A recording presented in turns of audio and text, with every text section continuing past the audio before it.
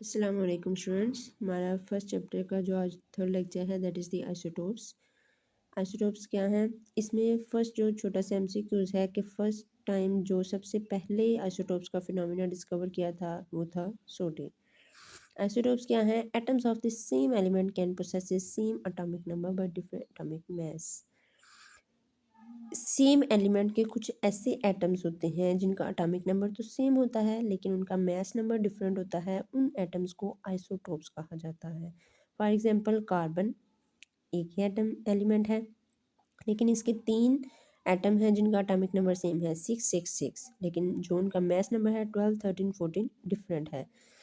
एक ही मतलब सेम ही एलिमेंट है कार्बन लेकिन उसके एटम जो हैं उनका मास एटॉमिक नंबर तो सेम है लेकिन मास नंबर डिफरेंट है। इट्स मीन कि ये 3 आइसोटोप्स हैं। अब इसकी एक तरह से डेफिनेशन ये भी हो सकती है कि उनके प्रोटॉन्स तो सेम होते हैं, प्रोटॉन्स और इलेक्ट्रॉन्स, लेकिन उनके न्यूट्रॉन्स डिफरेंट होते हैं। अगर हम एटॉमिक उसकी नंबर की डेफिनेशन करें तो एटॉमिक नंबर क्या होता है? उसके प्रोटॉन्स, नंबर ऑफ प्रोटॉन या फिर नंबर ऑफ इलेक्ट्रॉन, क्योंकि number of proton also equal to number of electron. जितने प्रोटॉन होते हैं इलेक्ट्रॉन होते हैं। तो हम उसके एटॉमिक नंबर को नंबर ऑफ प्रोटॉन्स भी कह सकते हैं या नंबर ऑफ इलेक्ट्रॉन भी कह सकते हैं जो कि सेम है। लेकिन एटॉमिक मास क्या होता है कि number of protons plus number of neutrons, proton plus neutrons है। मीन कि अगर उसके न्यूट्रॉन्स डिफरेंट हैं तो उसके आइसोटोप्स डिफरेंट आइसोटोप्स हैं। अब यहाँ पे देखें इसके नंबर ऑफ प्रोटॉन और नंबर ऑफ इलेक्ट्रॉन कितने हैं? 666, लेकिन यहाँ पर नंबर ऑफ न्यूट्रॉन्स कितने हैं? इसके 6 न्यूट्रॉन्स हैं, इसके 7 न्यूट्रॉन्स हैं, इसके 8 न्यूट्रॉन्स हैं। ठीक है, न्यूट्रॉन्स डिफरेंट होने की वजह से उसका मास नंबर डिफरेंट हो रहा है, जिसकी वजह से हम कहते हैं ये आइसोटोप्स है। ये एक हमारे पास कॉन्सेप्ट हो गया। अब हम बात करते हैं रिलेटिव अबंडेंस की। आइसोटोप के रिलेटिव अबंडेंस का क्या मतलब है? रिलेटिव अबंडेंस का क्या मतलब है? फॉर एग्जांपल ये मेरे पास एक बॉक्स है जिसमें मेरे पास नियॉन के डिफरेंट एटम्स, यहाँ पे ये मिक्सचर है, ये सारे न्यूऑन्स हैं।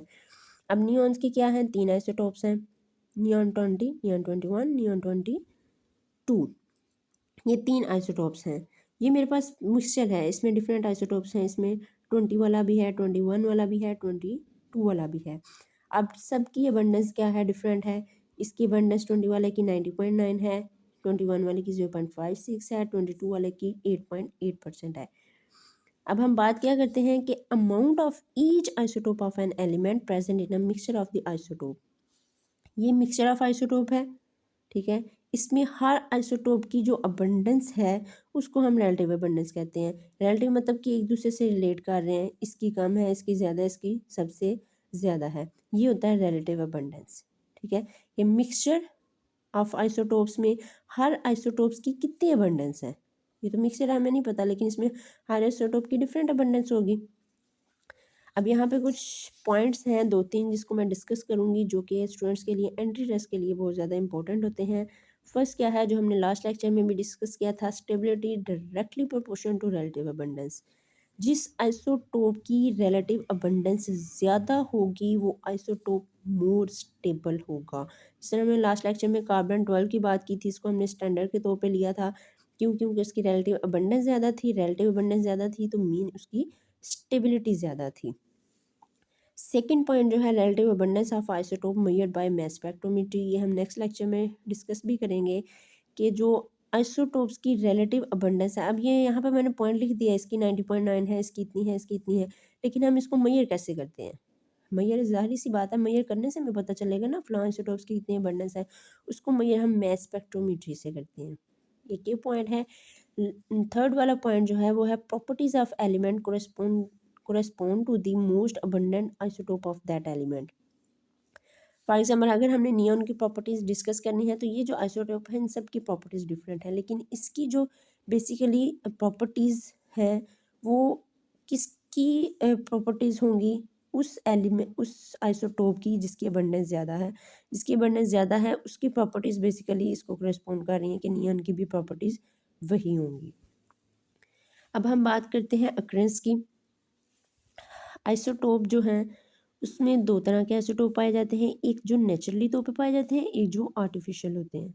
ठीक है, अब इसमें से जो नेचुरल हैं, जो कुदरती तौर पे पाए जा रहे हैं, हम उसको खुद प्रिपेयर नहीं कर रहे, कुदरती तौर पे जो है वो 280 आइसोटोप्स पाए जाते हैं एक ऑब्जर्वेशन के मुताबिक।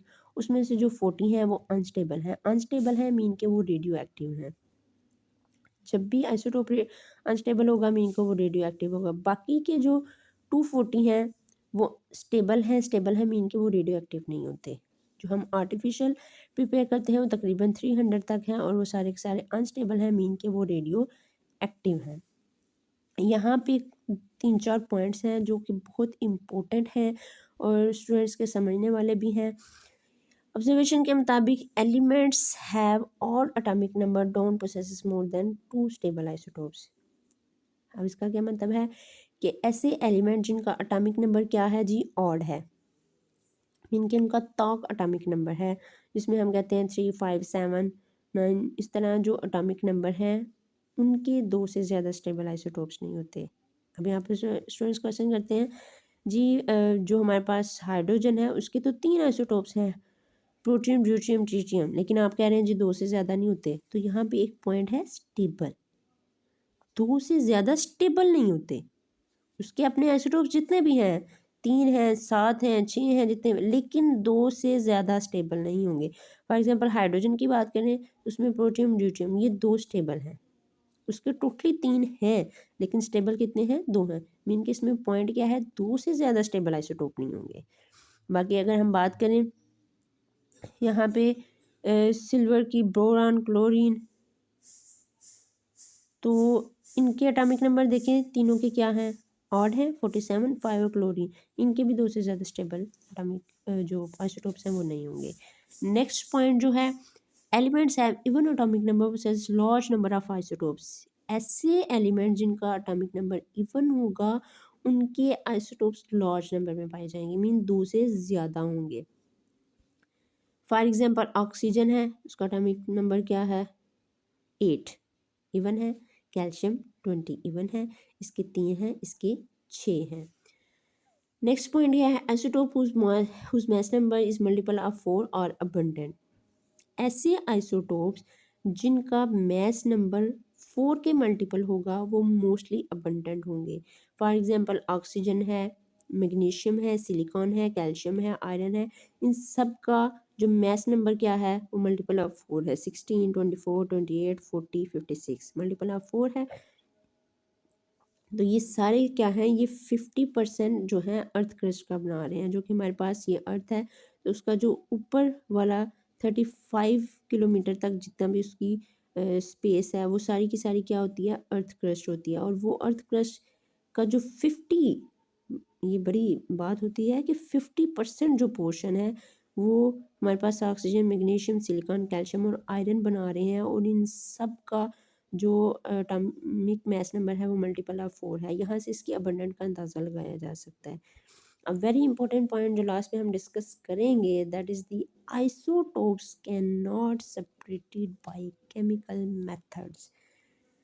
हम आइसोटोप्स को केमिकल मेथड से सेपरेट नहीं कर सकते। हाँ, अलबत्ता फिज़िकल मेथड से हम उसे सेपरेट कर सकते हैं।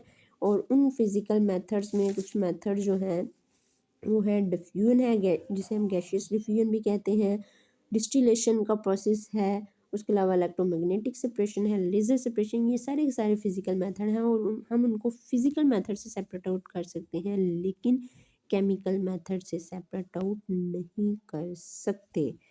ये था जी हमारा आज का लेक्चर आइसोटोप्स के रिलेटेड। इंशाल्लाह नेक्स्ट लेक्चर में मिलेंगे जहाँ पे हमने एक पॉइंट डिस्कस किया था उसको डिटेल में डिस्कस करेंगे कि हम जो आइसोटोप्स को मेजर कर सकते हैं, उसकी रिलेटिव अबंडेंस है आइसोटोप्स की, उसको मेजर कर सकते हैं मास स्पेक्ट्रोमेट्री से। नेक्स्ट इस लेक्चर के साथ इंशाल्लाह हम मिलेंगे। होप्स हो कि आपको आज के पॉइंट्स क्लियर हो गए होंगे।